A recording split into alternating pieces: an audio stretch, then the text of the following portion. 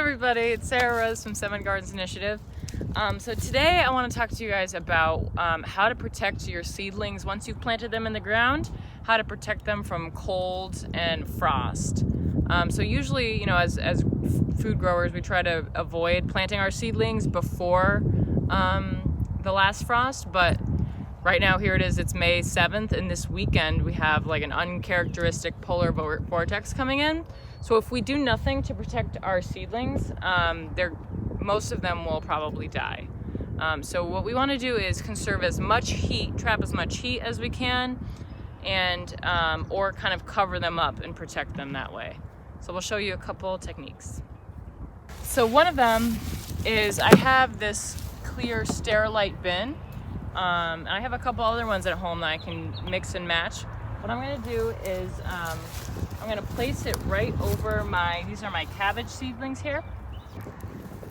Now we're going to take this bin and carefully place it right over. So I have 2 rows of plants. I'm placing it right over the plants.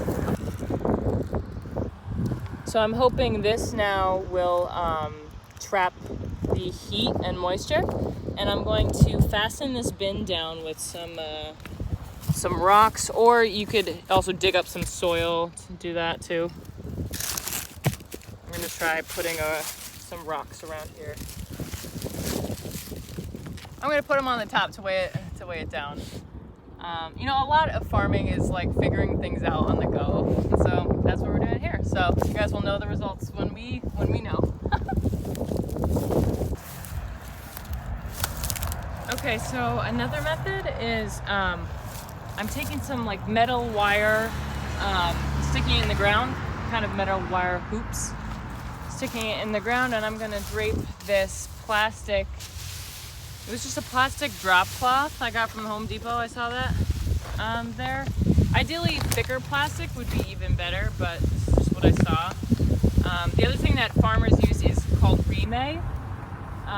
It's like breathable fabric that also keeps the heat in, but for our purposes, you know, we try to find like what we have available. And the plastic is so that it still lets the light through for the seedlings.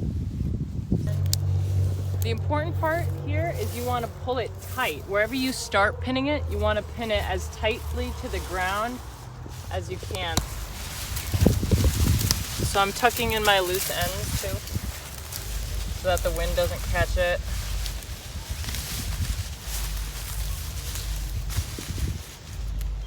So, you know, this is a very thin plastic. It's not going to protect against like heavy snow, but for this weekend, we're not expecting heavy snow. We are expecting the cold. And even if this traps like 5 degrees of, you know, heat for us, that will be enough. That should be enough for the seedlings to do fine. So it's just getting that little extra heat in there really makes a huge difference. So we'll see how it goes. So, Manny, do you have any thoughts on what to do to protect the seedlings, or any ideas? Yeah, if you're growing some cold hardy crops, you shouldn't have to worry. If it's a light frost, like kale will do fine outside. But if you're starting tomatoes, you're gonna wanna cover it. There's some fabric called Agribond. You can put that over it. Just protect your plants, because the wind is one of the most detrimental things about the frost. It can really damage your plants quicker, because then the cell membrane of the plants can't recover as fast because it changes with the temperature. Hi, my name is Fernando, your cameraman with Seven Gardens Initiative. So today here, which I just learned, we have parsley. Yep. That's on the ground, and it's well established in the ground, as you can see. So all you really have to do to something like this is pour some leaves around it to cover it so it can stay with the heat, and that will probably be enough protection for the parsley over the freezing weather that this weekend we're gonna have. Yeah.